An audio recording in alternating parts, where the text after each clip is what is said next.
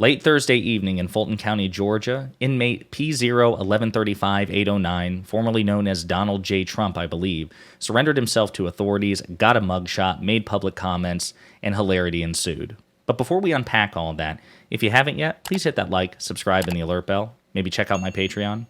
I'd appreciate the support.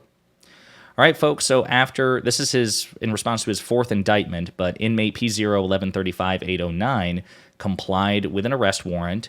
He went up to Fulton County, Georgia, a day in advance, a day ahead of the deadline, and he surrendered himself to Georgia authorities. And Georgia authorities had promised that gentleman, I believe formerly known as Donald J. Trump, would be treated no differently than the standard suspect, right? So whereas previous arrests did not include a mugshot, the one in Fulton County, Georgia did. And so we do in fact have, and I'm sure you've seen it already, P01135-809's mugshot. There it is in all its glory, right? I don't know what he was going for here. Menacing, frustrated, constipated, perhaps. Hungover? I'm not sure. I mean, he doesn't drink, so probably not hungover, but certainly I could see constipated. But yeah, there it is. This is not AI generated. This is not a fake. This is, P01135-809. This is his mugshot. Now, I wish, just for personal preference, that we'd had more of a classic, the classic mugshot motif where you have the height, the inches and the centimeters and all the things, the feet behind it, and he would have been, maybe somebody could have given him like a Hamburglar outfit so we could have seen the stripes. But you know what? I'll take it, right? And to be fair to P01135-809, this is not the worst mugshot I've ever seen of him, or mugshot period, and the worst photo I've ever seen of him. We've seen considerably worse, so kudos to him. Now, other points of hilarity ensued, namely that, and we don't body shame here, but there is a wild incongruence that people are talking about. So I guess the one courtesy that was extended to P01135-809 compared to others is that he did not have to be weighed or measured, presumably, right? Because we have essentially his rap sheet here, his jail records, and it's using his prior name here, Donald J. Trump. It sounded familiar personally, but again, I know him, and I feel like we should all know him as P01135-809. This seems more accurate. His height is 6'3", which has been contested. Certainly he's a tall man, and I say that as a short man. But apparently he's only like 6 foot, 6'1". So he added an extra 2 inches. He generously gave himself an extra 2 inches, and he's lost quite a bit of weight. He is at 215 pounds. Now, again, we don't body shame here. We couldn't care less what the former president's, and current inmate, P01135-809, his inmate number. We don't care, about his physicality, other than it just goes to show his vanity, right? That he feels the need to lie even about that. Like, that's really petty. It's really pathetic. But beyond that, I want to show you another thing, and it involves his mugshot. So I suppose after he left, he retweeted this, or retruthed it on Truth Social. Truth Essential, his mugshot, and he said mugshot, August 24th, 2023. Election interference under the mugshot.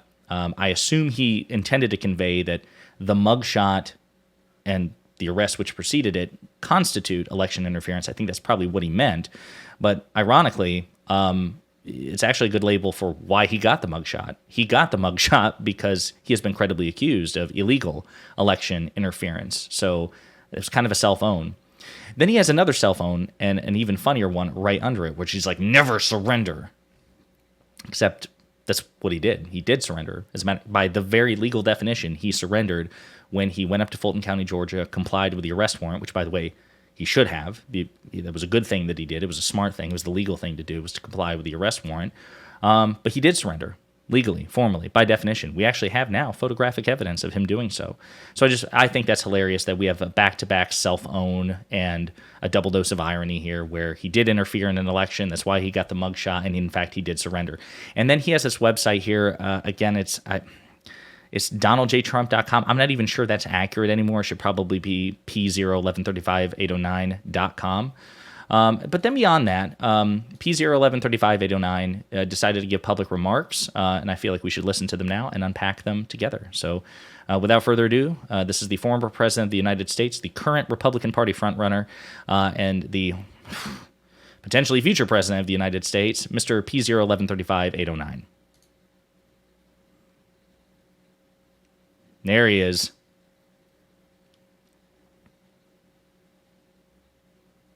believe this is a very sad day for America. This should never happen. If you challenge an election, you should be able to challenge an election. I thought the election was a rigged election, a stolen election, and I should have every right to do that. As you know, you have many people that you've been watching over the years do the same thing, whether it's Hillary Clinton or Stacey Abrams or many others.